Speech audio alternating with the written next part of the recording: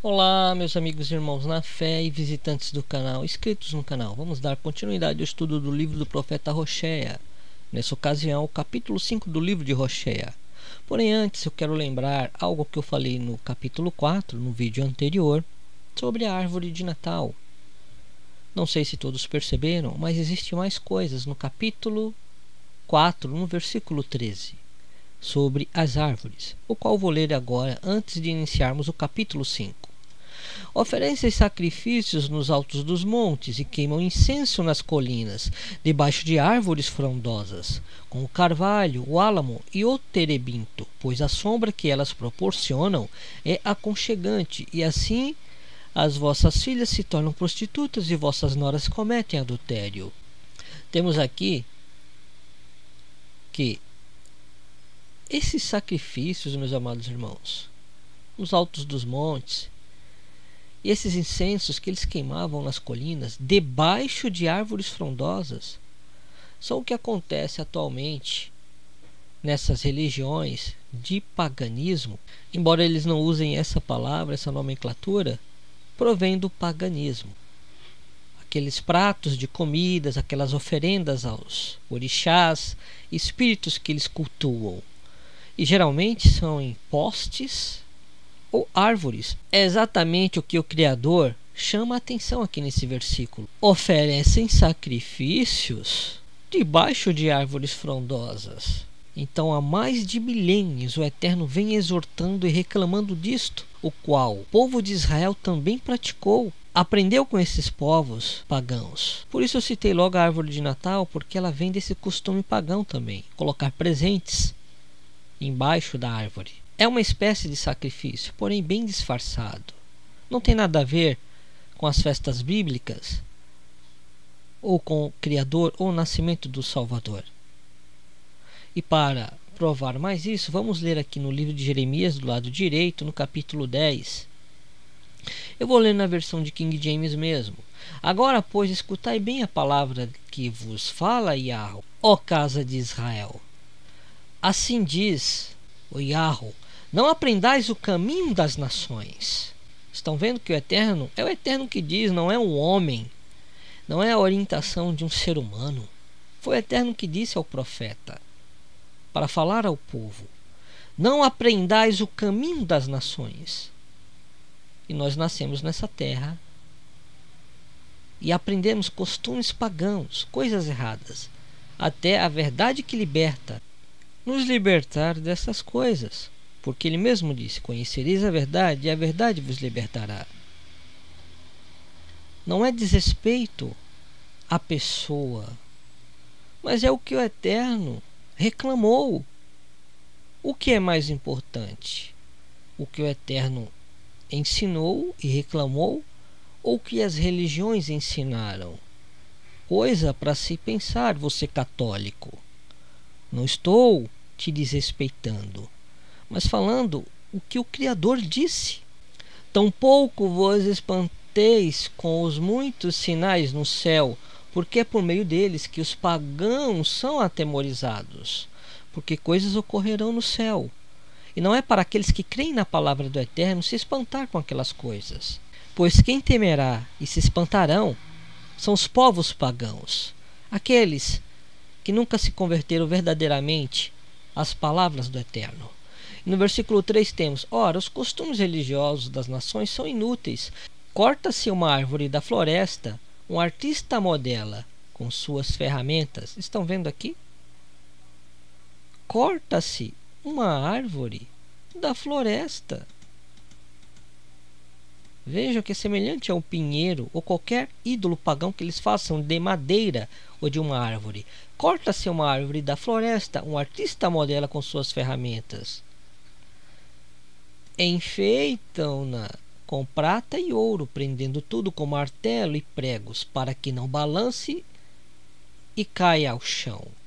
Vejam aqui o retrato de uma árvore de Natal, com enfeites, enfeitam-no com prata e ouro, prendendo tudo com martelo e pregos, para que não balance e caia ao chão. Vejam que disso eles fazem ídolos para si. E o que o Eterno está dizendo aqui? Que é para fazer? É para seguir esses costumes de outras nações? Quem diz que crê no Criador dos céus e da terra e no seu Filho Redentor, quando escuta uma palavra dessa, vai querer se corrigir, se libertar disso. Porque está escrito, o Eterno falou. E essa palavra não voltará vazia. Porque ele disse, está aqui no versículo 2, não aprendais o caminho das nações, porque as nações estrangeiras eram pagãs, não seguiam o Criador de Israel. E muitas religiões hoje dizem que acreditam no único Criador e seguem ele, porém na verdade nunca se converteram a ele ou ao Cristo ressurreto. Só camuflaram a sua religião com base nas escrituras sagradas, porém modificando datas, introduzindo suas festas pagãs disfarçadamente. E no versículo 5 temos: e como um espantalho postado em uma plantação de pepinos, os ídolos ficam calados, imóveis. Eles são incapazes de falar e têm que ser transportados, porquanto não conseguem dar um passo. Vou ler de novo essa parte. E têm que ser transportados, porquanto não conseguem dar um passo sozinhos. Aqui é o eterno Criador zombando de todas as imagens e ídolos de escultura, seja qual nome deram a eles. O próprio Criador zombando deles. E tem que ser transportados porquanto não conseguem dar um passo sozinhos. Esses ídolos ou deuses, como foram traduzidos, são santos, ídolos de outras religiões, imagens de esculturas, como chamam, que não podem andar, têm olhos e não podem ver. Sendo assim, não tenhais medo deles, pois não podem fazer qualquer mal ou bem a quem quer que seja. Então temos aqui uma exortação do Pai Criador contra a idolatria, e um retrato semelhante à árvore de Natal no versículo 3 do livro de Jeremias, capítulo 10, versículo 3 e versículo 4, mais precisamente, do capítulo 10 do livro de Jeremias, para somar ao versículo 13 do capítulo 4 do livro de Oséias. Isso são fatos, e contra esses fatos não há argumentos, pois até os dias de hoje existe. Pessoas fazem oferendas e depositam lá comidas embaixo das árvores, e também as enfeitam e deixam seus presentes.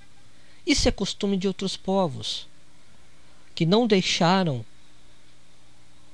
de comemorar e festejar. Costume de povos que não acreditavam no Criador de Israel, no Criador dos céus e da terra, e hoje fizeram uma camuflagem dentro das religiões, principalmente da Igreja Católica Apostólica Romana.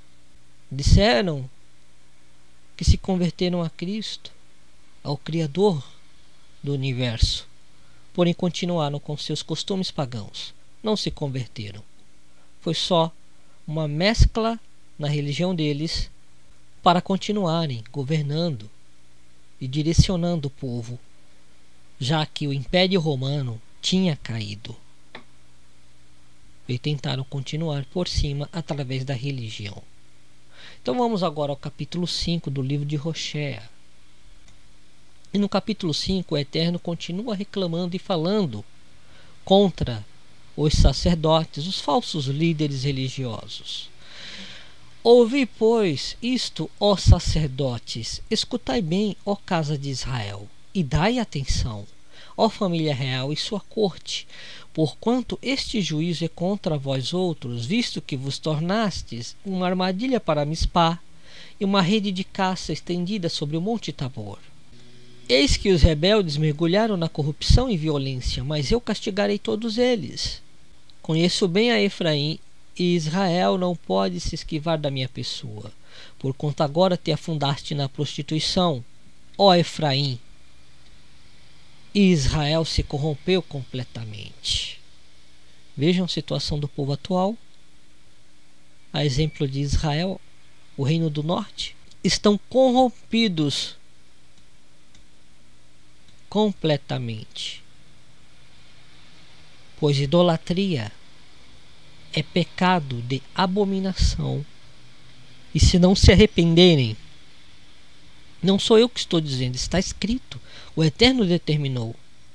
Tais que praticam essas práticas não herdarão o reino dos céus, como está escrito no livro de Apocalipse. Assim disse o Eterno. Então, não é a mim que tem que se indignar uma pessoa que não queira ouvir isso. Ela tem que se deparar com as Escrituras Sagradas e com o Criador. Quem será que está certo? E no versículo 4 temos: as suas atitudes e práticas diárias não lhes permitem voltar para o seu Deus. No original, seu Elohim, seu Criador. Porque um espírito de prostituição está dirigindo o coração deles. Não reconhecem mais Yahweh. No versículo 5, a arrogância de Israel é a maior prova de que são culpados. Israel e Efraim tropeçarão no próprio pecado e Judá cairá juntamente com eles. Aí aqui no contexto original temos o Eterno afirmando que o reino do sul, a casa de Judá, composta das duas tribos de Yahudá e Benjamim, já tinham caído também no mesmo pecado de ir após outros ídolos. Por isso o Eterno coloca as duas casas, tanto o reino do norte como o reino do sul, juntamente aqui nesse juízo. No versículo 5, Israel e Efraim tropeçarão no próprio pecado e Judá cairá juntamente com eles, porque o reino do sul também pecou, juntamente com eles. Se desviaram, traíram a fé no único e verdadeiro Elohim, que não é de prata, nem de ouro, nem de madeira, nem de pau, nem de gesso. Por isso o Salvador disse que o Pai procura adoradores para que o adore em espírito e em verdade. Não é olhando a uma imagem de escultura, um crucifixo com a imagem de madeira ali pendurada. E no versículo 6 temos: eles partirão desesperadamente com seus rebanhos e suas manadas em busca de Yahweh, mas não o encontrarão, pois ele se afastou deles. E no versículo 7 temos: eis que traíram o Yahweh, o Eu Sou, o Eterno, e os seus filhos não são legítimos. Agora, pois, suas festas de lua nova os consumirá, juntamente com todos os seus bens e propriedades. Aqui temos uma alusão aos filhos do profeta Roshé com a sua esposa, que era mulher de prostituições, o qual teve filhos de adultério. Isso igualmente ocorreu com a nação de Israel, porque traíram ao Criador e se misturaram com povos pagãos, aprendendo seus costumes e oferendas de sacrifícios a ídolos falsos, gerando assim também filhos que não são legítimos, porque traíram ao Criador. E no versículo 8 temos: fazer ressoar o shofar, trombeta. Aqui a palavra shofar é trombeta, porém shofar é no original em hebraico. Em uma tradução no português seria fazer ressoar a trombeta. Porém eu vou ler como está aqui. Como já falei, a versão de King James repete a palavra: fazer ressoar o shofar em Gibeá e em toda Ramá, gritai em Bet-Aven. Acar, cuidado, avante, ó Benjamim.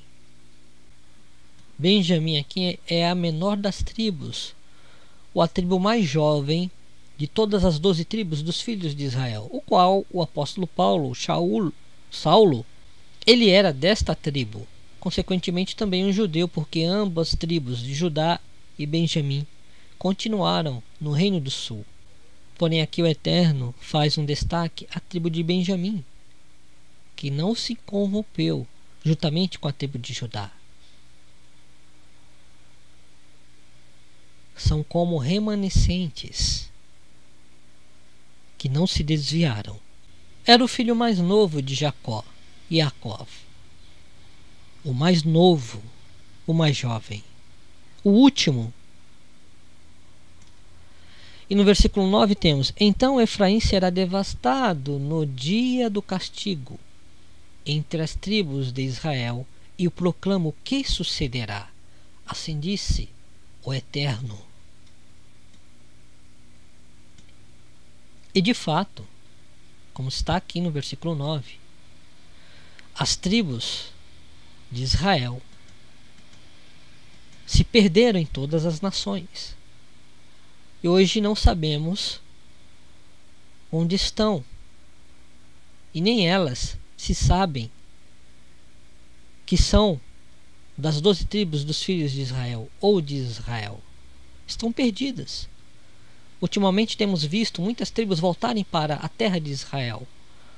Porém são poucos remanescentes, não são de todas as tribos. Porque de fato houve um tempo na história em que Efraim foi devastado juntamente com todas as tribos dos filhos de Israel. E no versículo 10 temos: os líderes de Judá são como os que mudam os marcos dos limites. Derramarei, portanto, sobre todos eles da minha cólera como uma tempestade. E no versículo 11 temos: Efraim será oprimido e triturado pelo juízo, porquanto preferiu seguir ídolos inúteis. Vejam que tem um povo que prefere, mesmo ouvindo a verdade, ainda prefere continuar seguindo a ídolos inúteis. Esta é a palavra do Eterno. E não existe autoridade religiosa que tenha razão para estar contra esta palavra, pois assim disse o Eterno ao seu profeta nesta ocasião, Hoshea. No versículo anterior que acabamos de ler, versículo 10, essa cólera, essa ira do Eterno, como uma tempestade, poderá vir também novamente contra o reino do sul, a casa de Judá em Jerusalém, através do norte de Israel, a Turquia, como uma tempestade, prejulgando a cidade de Jerusalém. Vamos continuar no versículo 12. Eis que serei como uma traça na vida do povo de Efraim, como mofo e podridão para todos em Judá, porque eles se acabaram, porque o Eterno decretou e eles se acabaram, não puderam reverter este processo. Isto falando do tempo histórico em que essas coisas ocorreram, lembrando que muitas dessas palavras possuem menção profética também para o futuro. No versículo 13 temos: quando Efraim observou sua enfermidade e Judá notou seus tumores, Efraim recorreu à Síria e mandou trazer alguma ajuda do grande rei, porém ele não vos pôde curar, tampouco oferecer algum remédio para as vossas chagas.